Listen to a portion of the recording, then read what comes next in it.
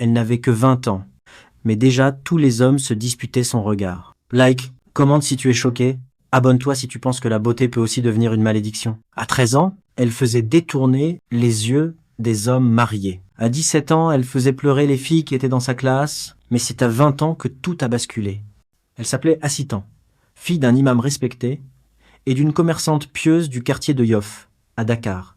Depuis petite, on l'appelait la perle cachée, car même son voile ne suffisait pas à dissimuler sa beauté. Peau couleur miel, yeux en amande dorée comme les sables du Sahel, une voix douce comme la récitation du Coran, mais dans son cœur quelque chose grandissait. L'envie, l'université de Saint-Louis. Elle y est entrée par mérite, première au bac. Les professeurs chantaient son nom, les filles voulaient être elle. Mais une fois là-bas, le voile est tombé. Pas celui sur sa tête, celui sur son âme. Elle a compris qu'à la fac, la beauté vaut plus qu'un mémoire. Elle a compris que certains professeurs ne notaient pas les copies, mais les courbes. Un jour, elle entre dans le bureau du professeur Diouf, un homme marié, père de 4 enfants, respecté, pieux. Il dit « Assitan, pourquoi es-tu venue seule, à cette heure tardive ?» Elle ferme la porte derrière elle. Ses yeux brillent. Son foulard glisse lentement sur ses épaules. Et elle dit « Professeur, vous savez ce que je veux. Mais la question c'est, qu'êtes-vous prêt à risquer pour me le donner ?» Ce soir-là, il lui a mis 18 sur 20. Mais ce qu'il a perdu, c'est son âme. Et elle ne s'est pas arrêtée là. Un autre prof, puis un autre. Des hommes mariés, des pasteurs, même un directeur. Elle ne couchait pas. Non, elle séduisait, elle manipulait. Elle donnait juste assez pour que les hommes perdent la tête. Elle laissait une mèche tomber. Un rire glissait. Un mot doux dans un mail. Et à chaque fois, une note montait. Une rivale tombait.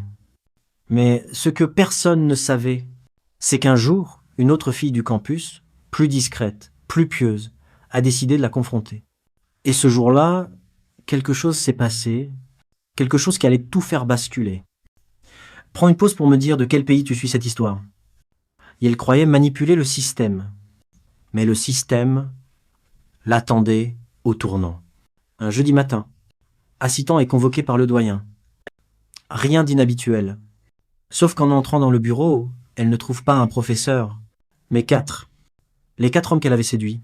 Assis, silencieux, tête baissée.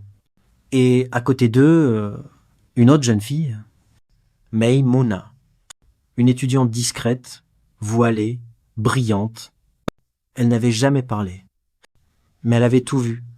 Des captures d'écran, des enregistrements audio, des messages envoyés la nuit, des preuves. Et au centre du bureau, le doyen dit « Assitan, est-ce que tu pensais que ton charme te protégerait de la vérité ?» La chute est brutale. Assitan est suspendu. Les professeurs, eux, sont couverts. Parce que ce monde protège toujours les coupables quand ils sont hommes et puissants. Elle, non. Elle est traitée de sorcière, de tentatrice, de honte pour l'islam. Les réseaux s'enflamment. Son visage devient un mème. Sa famille reçoit des menaces. Son père, l'imam, fait un AVC en apprenant la vérité. Mais le pire, c'est pas la honte publique. C'est pas l'université perdue. C'est ce professeur le premier. Celui qu'elle aimait en secret. Le seul pour qui elle n'avait pas joué. Celui avec qui elle rêvait d'un avenir. Quand elle est allée le voir, en pleurant, il l'a regardée avec du mépris et a dit « Tu es belle, mais tu es sale. Et moi, je n'aime pas ce qui brille quand c'est vide. » Et c'est là que tout s'est effondré. Elle quitte Dakar, part en Côte d'Ivoire, travaille dans un bar discret d'Abidjan, caché sous un faux nom. Son rêve ? Recommencer. Mais chaque soir, devant le miroir, elle se regarde.